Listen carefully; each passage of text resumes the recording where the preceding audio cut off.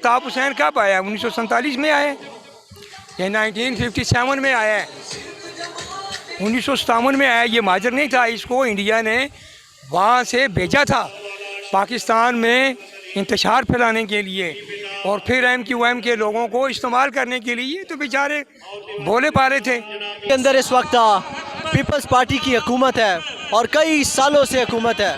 सिंध के अंदर वडेरा कल्चर है, मजदूर आदमी को गुलाम बना के रखा हुआ है।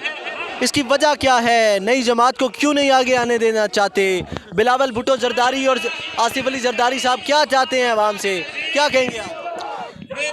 मैं आपके इस सवाल पे बड़ी साफ और दरोगोई इस्तेमाल नहीं करूँगा, साफ ज़बान इस्तेमाल करूँगा कि सिंध की कौम शुरू से ही पसमानदा है, मसाइल का शिकार है। सबसे बढ़कर जो जरदारी, बिलावल और इनके आबाओ व अजदाद ने और इन वडेरों ने जो जुल्म किया है कि वहाँ पे तालीम को आम नहीं होने दिया, गरीब के मसाइल को हल नहीं किया, इस वजह से कि जब तक इनके मसाइल रहेंगे ये पीपल्स पार्टी में ज़िंदा रहेंगे। जब तक सिंध का हारी, सिंध का गरीब तालीम से महरूम रहेगा, उसकी ग़ुलामी बाकी रहेगी। जब तक सिंध का सारे का सारा असासा वडेरों के पास रहेगा, सिंधी कौम महकूम और गरीब रहेगी। सबसे बड़ा हथियार इनके पास सिंध के असासे, सिंध की ज़मीनें, सिंध की इंडस्ट्रियाँ, सिंध के कारोबार और वडेरा शाही है। और इस वडेरा शाही से इनको आज़ाद नहीं होने दे रहे।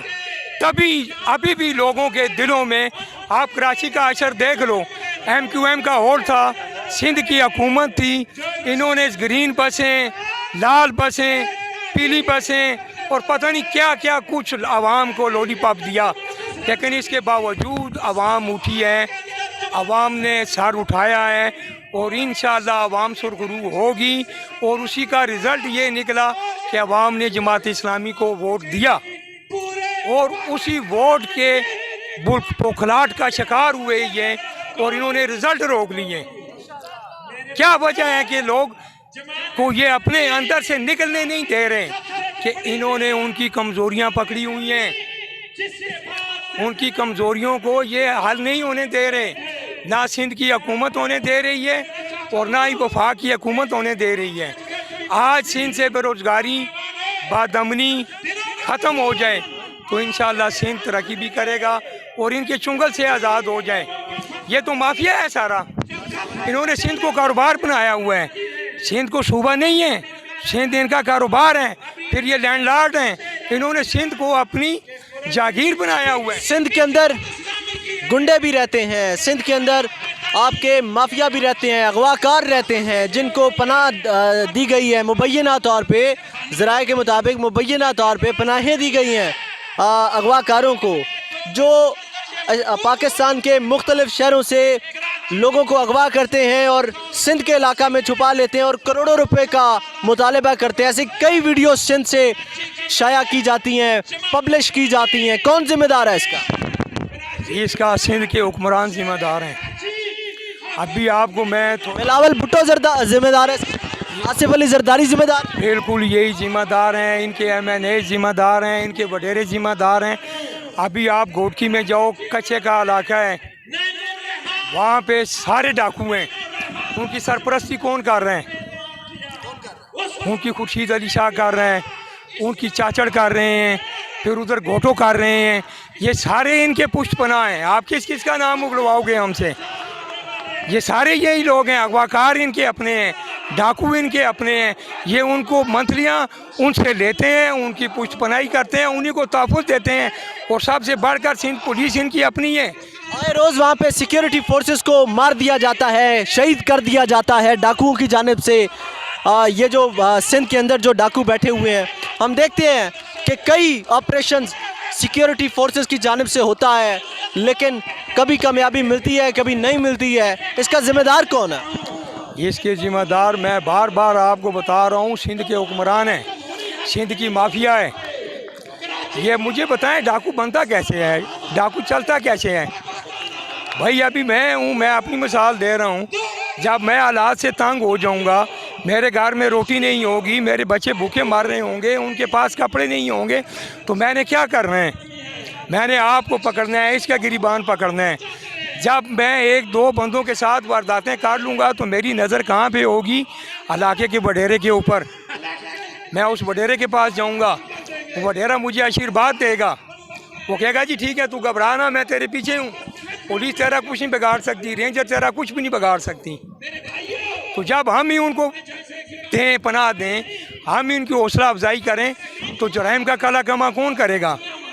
ابھی آپ مجھے بتائیں، سندھ میں یہ جو پارٹی تھی جسکم ہے، جی اے سندھ قومی محاذ ہے، یا اور سندھ لبریشن ہے، جو بھی پارٹیاں ہیں، ان کو کون اوپر کر رہا ہے؟ جی ایم سید کون تھا؟ جی ایم سید کون تھا؟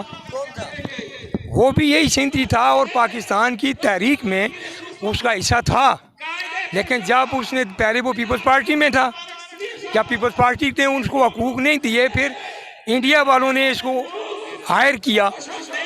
ابھی الطاف حسین کون تھا؟ یہ کوئی ماجر تو نہیں تھا۔ آج یہ جو ماجر شور ڈال رہے ہیں جی ایم کیو ایم والے کہ الطاف حسین ہمارا لیڈر ہے، الطاف حسین کب آیا ہے؟ 1947 میں آیا ہے، یہ 1957 میں آیا ہے، 1957 میں آیا۔ یہ ماجر نہیں تھا، اس کو انڈیا نے وہاں سے بھیجا تھا پاکستان میں انتشار پھیلانے کے لیے، اور پھر ایم کیو ایم کے لوگوں کو استعمال کرنے کے لیے۔ تو بیچارے بولے پالے تھے۔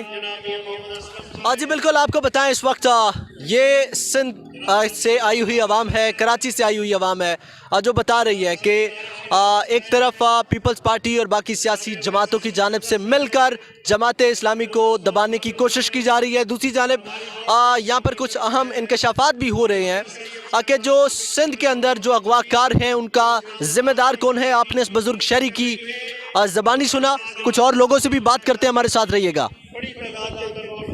میرا مقصد یہ ہے کہ کراچی میں جو الیکشن ہوئے ہیں اس میں جو نتائج کی سپلائی میں جو تاخیر کی گئی ہے غیر ضروری طور پہ، وہ ایک طرح سے کرپشن کا اور ایک اس کے اندر انجینئرنگ کا، کہ کامیابی کو ناکامی میں کنورٹ کرنے کا ایک عمل ہے۔ اس لیے ہمیں ڈاؤٹ ہے کہ عمران ثانی اس سے پہلے بھی 2 دفعہ کراچی میں میئرشپ رہ چکی ہے، ان کے زمانے میں افغانی صاحب کے بارے میں اور نعمت اللہ صاحب کے بارے میں۔ اب پھر اس بات کا امکان ہو رہا ہے کہ جماعت اسلامی کو اس کو ووٹ بینک سے محروم کیا جا رہا ہے۔ جماعت اسلامی کو کراچی میں ہر مکتب فکر نے، ہر سیاسی جماعت کے ورکر نے ووٹ دیے ہیں، اسی لیے وہاں جو ہے وہ حافظ نعیم الرحمان بہت زیادہ انہوں نے اکثریت لی ہے۔ لیکن وہاں کی جو مقامی قوتیں ہیں، اثر انداز ہونے والی، جو ہمیشہ سے پاکستان کے الیکشن کو ڈسٹارٹ کرتی رہی ہیں، وہ کراچی میں بھی اس وقت کر رہی ہیں۔ تو ہم اس کے خلاف اپنی آواز ریز کرنا چاہتے ہیں اور تھرو میڈیا بتانا چاہتے ہیں کہ ایسا نہ ہو، تاکہ اس کی جو ہے وہ حوصلہ شکنی ہو اور صحیح نتائج سامنے آ جائیں۔